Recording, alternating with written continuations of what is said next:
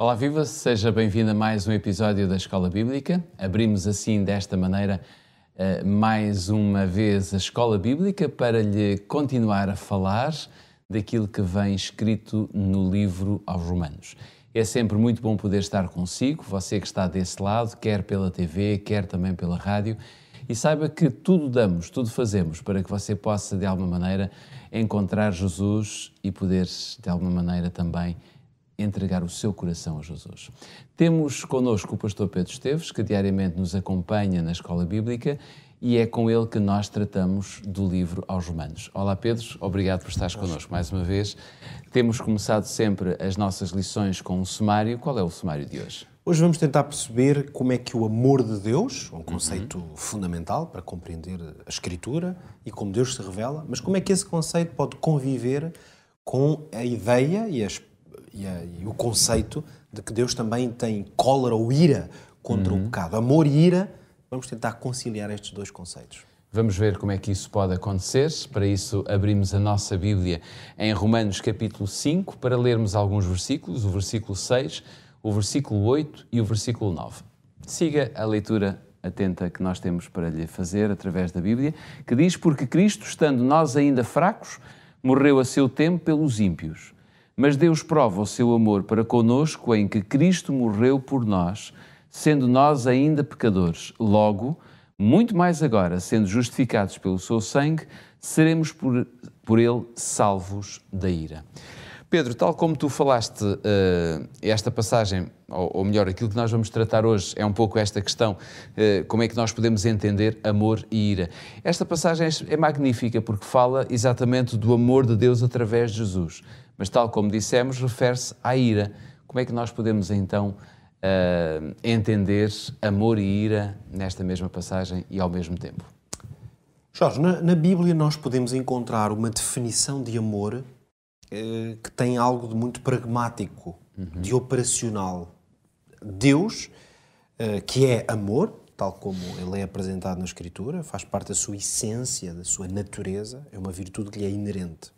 Mas como é que isso se manifesta? Isto não é apenas um conceito místico. O amor de Deus, na sua relação com o homem, o ser humano, essencialmente manifesta-se através da iniciativa divina de reconciliação. Ou seja, dito de outra maneira, desde o Éden, no relato bíblico, portanto, desde o princípio, que nós vamos encontrar Deus a dar passos concretos para que seja possível uma reconciliação. É aí que nós vemos, por excelência, o amor de Deus em ação. Ou seja, nós encontramos um quadro que a Escritura nos traça desde o princípio, do ser humano que está como que em fuga do seu Criador, porque perdeu uma certa, vamos chamar-lhe, habilidade natural para amar Deus.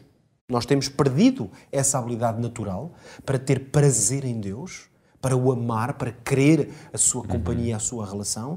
E é a perca desse amor profundo por Deus leva-nos a viver numa sequência de afastamento. Então, como é que o amor de Deus se manifesta? Ele vem à procura. Portanto, bastaria que Deus ficasse quieto e automaticamente o homem se autodestruiria. Aliás, isso seria uma forma de resolver o problema do grande conflito na história desta terra. Porque no momento em que Deus tinha advertido o primeiro ser humano, o primeiro casal, fazendo agora aqui um relance a essa história, a partir do momento em que Deus adverte o casal de que o afastamento daquela perfeita vontade implicaria a morte, quando eles são coniventes com esse ato, Deus poderia fazer o seguinte: simplesmente não aparecia mais na Terra. E nós poderíamos compreender facilmente que o homem entraria numa espiral de morte, no fundo, de destruição, e poderia simplesmente morrer. Mas Deus vai intervir nesse processo de autodestruição em que o homem se colocou, e é mesmo a autodestruição, uma vez que ele foi avisado, e então Deus vai intervir, vai aparecer ao homem, vai dizer: onde estás? Procura-o, e começa-lhe a encontrar imediatamente soluções. Portanto, o amor de Deus é alguma coisa que na Bíblia se manifesta de uma maneira muito especial depois do pecado. É aí que nós percebemos o que é o amor. Porque foi alguma coisa que fez com que Deus saísse do seu espaço e viesse em busca do homem. Deus teve a iniciativa de prover o quê? Um meio de salvação. Por isso é que Deus convida homens e mulheres de todos os povos, em todos os lugares. O que é que Deus convida? Aceitem-me. Eu não vos quero deixar ir nessa espiral de morte e destruição. Aceitem-me. Por isso é que a Escritura diz que quando veio a plenitude dos tempos, Deus enviou o seu Filho. Mas o que é certo é que Deus também, para além de ser amor, Ele também fica irado com algumas situações. Exatamente. Por isso é que nós poderíamos debater-nos com a ideia de como é que se podia conciliar tudo isto que eu acabei de explicar, com uma tentativa de definir como é que o amor de Deus se verifica, e ao mesmo tempo a ideia de um Deus em cólera, ou da existência de uma ira, enquanto uma espécie de entidade que emana de Deus. Há uma ira, eu digo assim uma entidade porque o próprio apóstolo Paulo diz, somos por ele salvos da ira, como se a ira, neste artigo definido, parece que a ira é uma coisa que existe por si mesma, essa ira também está em Deus. E porquê que, do ponto de vista de Deus, essa ira ela é perfeitamente conciliável com o seu amor?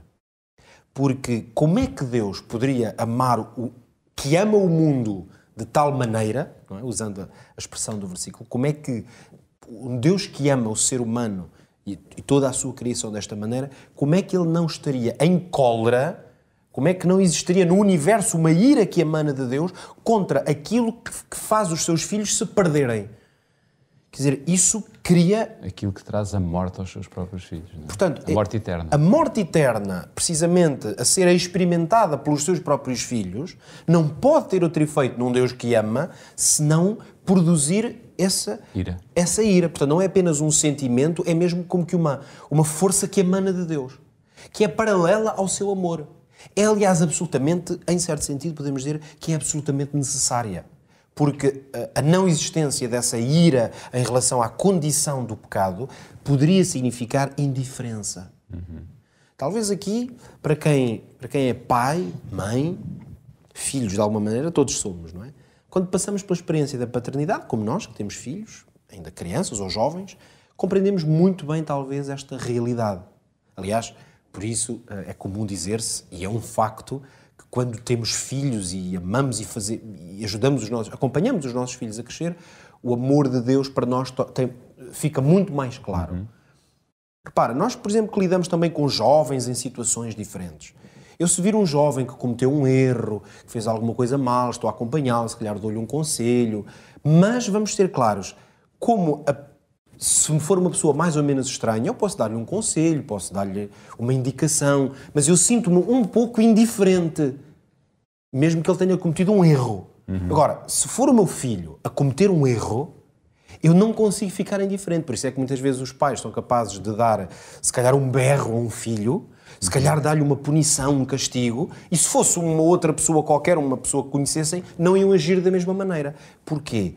O amor e a ira conciliam-se no sentido em que o meu sentido de proteção, de querer a bênção daquele que eu amo como a mim mesmo, leva-me a que essa ira, por isso o apóstolo Paulo já dizia, irai-vos, mas não pequeis, o que quer dizer que até na experiência humana pode existir essa noção de uma ira, mas que é motivada por uma vontade de salvação.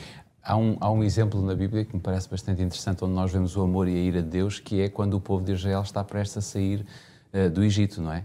Em que há ali um sinal de amor e um sinal de ira também. Deus dá a indicação àquele povo de colocar o sangue dos cordeiros nas portas. A ira de Deus vem manifestando naquela praga, que de facto era uma praga de ira, matava os primogénitos, porque o povo de Deus estava a ser atacado, mas o amor de Deus manifesta-se dizendo, todos os que quiserem aceitar-me, no fundo, aquele grande poder que trouxe destruição também trazia salvação. Claro. Ao mesmo tempo. E aí nós conseguimos encontrar esse Deus que tem uma ira profunda para com o pecado, mas que está a fazer tudo o que é possível para salvar o pecador. Ok. Ainda existe o versículo 10, que talvez nós pudéssemos ler, o versículo 10 de Romanos, não é? Porque se nós, sendo inimigos, fomos reconciliados com Deus pela morte do seu Filho, muito mais, estando já reconciliados, seremos salvos pela sua vida. É isso. Então, talvez aqui poderíamos já, em termos práticos, dizer que se Deus tratou os seus inimigos, que é como o apóstolo lhe chama, morrendo por eles, quanto mais nós, fica um apelo, não devemos amar os nossos inimigos e todos os que estão à nossa volta, porque foi assim que Deus nos salvou, quando nós ainda éramos seus inimigos. O nosso tempo terminou, mas não terminou, claramente, aquilo que nós podemos aprender do livro de Romanos. Por esta razão, fica encontro marcado para o nosso próximo episódio. Até lá, que Deus o abençoe.